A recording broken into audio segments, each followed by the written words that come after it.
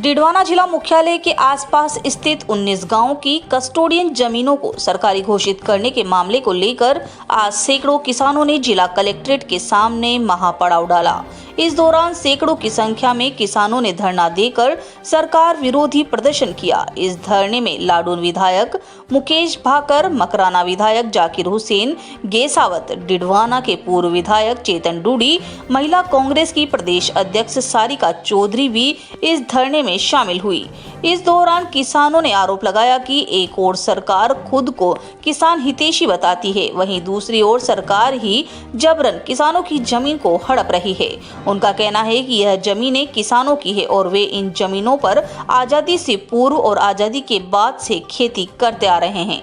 उनका कहना था कि यह जमीनें कस्टोडियन की नहीं बल्कि उनकी पुश्तैनी जमीनें हैं, जिन पे वे लोग 78 वर्षों से खेती कर रहे हैं। कई जमीनों पर भवन बन चुके हैं और घनी आबादी भी बस चुकी है। अब इन जमीनों को जिला प्रशासन गलत तरीके से अपने संरक्षण में ले रहा है और किसानों को उनकी जमीनों से बेदखल करने और कस्टोडियन जमीनों पर काबिज किसानों को खातेदारी अधिकार देने की मांग करते हुए चेतावनी दी। अगर सरकार ने जबरन किसानों की जमीन हड़पी तो इससे भी बड़ा आंदोलन किया जाएगा।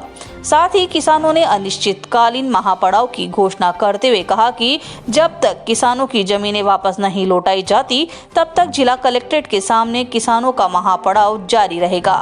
डिडवाना से संवाददाता मोहम्मद साकिर की खास रिपोर्ट।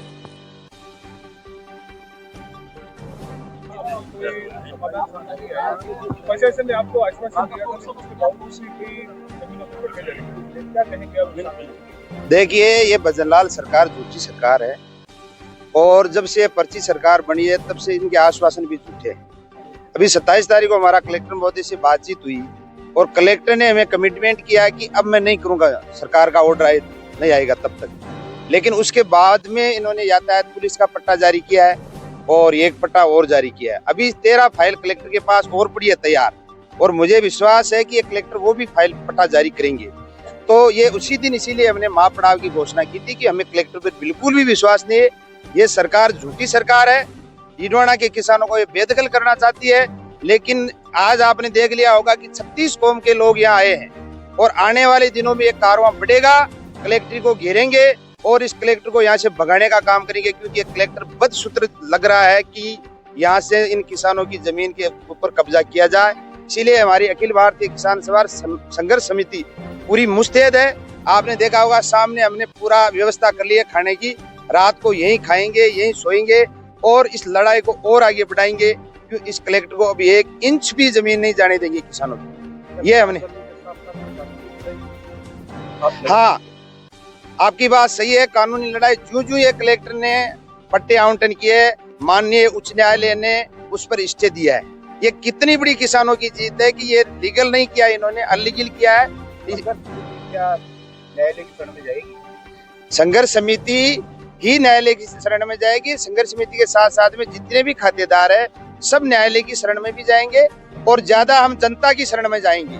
जनता को साथ में लेकर के यहाँ लड़ाई लड़ेंगे और इस लड़ाई को अंजाम तक पहुंचाएंगे, क्योंकि ये सोचती है ये सरकार कि एक वर्ग विशेष की लड़ाई है, ये केवल माइनॉरिटी की लड़ाई है। आज आपने देखा होगा ये वर्ग विशेष की लड़ाई नहीं रही है, ये राजस्थान के किसानों की लड़ाई है और किसान अपना हक लेके रहेगा। जिस आपने अभी एक सवाल किया था कि पिछली सरकारें, मैं कहता हूँ इतने कलेक्टर आए आज तक, ये 2009 के अंदर स्वायत्तक हुई थी और 2011 में ये सरकारी जमीन घोषित हो गई। क्या उसके बाद में कलेक्टर आए नहीं? एक ही कलेक्टर ने नहीं छेड़ा इस किसानों को। लेकिन ये कलेक्टर अभी ये सरकार चेंज होते ही इस सरकार की मंशा एक ही है कि माइनॉरिटी के लोगों को यहाँ से चुन चुन के इनको बेदखल करे। लेकिन कतई नहीं होगा, ये सैलाब उमड़ेगा। और जिस तरह से हमारे साथी कह रहे थे कि अभी ये टेंट इतना है, आगे और बड़ा होगा और राजस्थान नहीं हिंदुस्तान के नेता आएंगे यहाँ पे। और मैं तो यहाँ के स्थानीय विधायक को भी सद्बुद्धि दूंगा, सद्बुद्धि के लिए कहूंगा कि आप लोग इसको राजनीति में मत ले जाइए। जिस तरह से ये जो माहौल बना है इसमें शामिल होइए। ये आप हम सब के लोग हैं, ये बेचारे गरीब लोग हैं, इनकी कोई सुनने वाला नहीं है। जब आज इस मौके पे राजनीति होगी तो इनके साथ में बहुत बुरा होगा, यही मैं अपील करना चाहूंगा।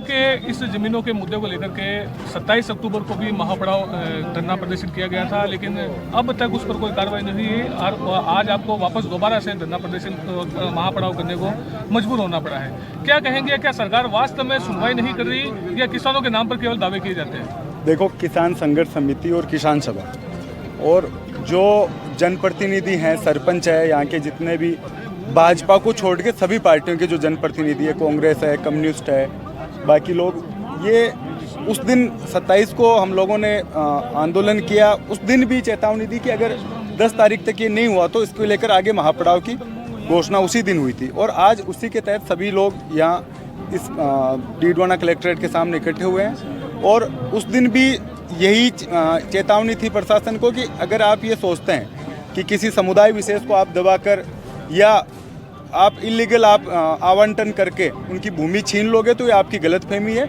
36 कौम के लोग, सभी जनप्रतिनिधि साथ में खड़े हैं। उसके बावजूद भी, जैसा अभी बागिर जी बोल रहे थे कि किस तरह से फाइलों का आवंटन इन्होंने किया है, कोर्ट ने स्टे दिया है, उससे आप समझ सकते हैं कि क्या दुर्भावना इस प्रशासन के दिमाग में है। क्या ये जिला प्रशासन यहाँ किसानों के साथ करना चाहता है? ये महापड़ाव जो फैसला किसान संघर्ष समिति, किसान सभा, सभी जनप्रतिनिधियों ने लिया है, उसके साथ हम सब लोग बैठे हैं। और जब तक इन मांगों पर सहमति नहीं बनेगी तब तक ये महापड़ाव जारी रहेगा।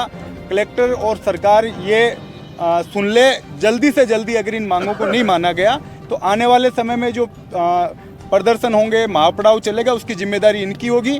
आपको आवंटन रद्द करने पड़ेंगे, नए आवंटन आप कर नहीं सकते, क्योंकि जब सरकारी भूमि आपके पास पड़ी है और उसके बावजूद आप लोग इस तरीके की एक दुर्भावनावश एक समुदाय विशेष को आप टारगेट करके अगर उनको उनकी ज़मीनों से बेदखल करना चाहते हो तो इसके खिलाफ सभी जनप्रतिनिधि